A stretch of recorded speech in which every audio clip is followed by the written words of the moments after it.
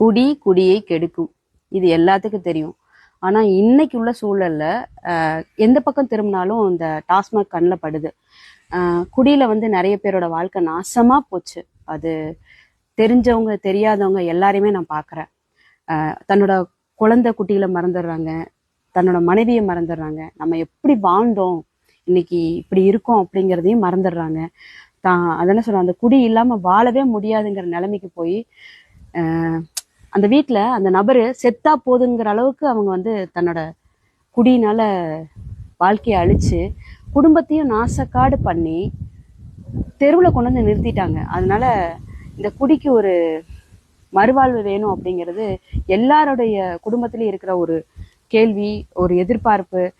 இதுக்கு யாராவது நல்லது செஞ்சிட மாட்டாங்களா, நம்ம குடும்பம் நல்லா வந்துடாதான்னு சொல்லி அந்த குடியில மூழ்கின குடும்பம் இருக்கு இல்லையா, பரிதவிச்சிட்டு இருக்கு. இப்படி ஏதாவது ஒண்ணு நல்லது நடந்துராதா, இந்த குடி நம்ம புருஷனை விட்டு போயிடாதா, நம்ம தம்பியை விட்டு போயிடாதா, நம்ம அண்ணனை விட்டு போயிடாதா, நம்ம பிள்ளைய விட்டு போயிடாதான்னு ஏங்கிட்டு இருக்கிற அத்தனை உள்ளங்களும் தவிச்சிட்டு இருக்காங்க. அதனால குடிக்கிற எல்லாருமே சொல்றேன், ஜாலிக்காக குடிக்கிறோம், எங்க மன வருத்தத்துல குடிக்கிறோம், இதெல்லாம் வந்து உங்க புள்ள குட்டிகளை பாருங்க, உங்களை பெத்தவங்களை பாருங்க, பார்த்ததுக்கு அப்புறம் அந்த வார்த்தையை தயவு செஞ்சு யூஸ் பண்ணுங்க.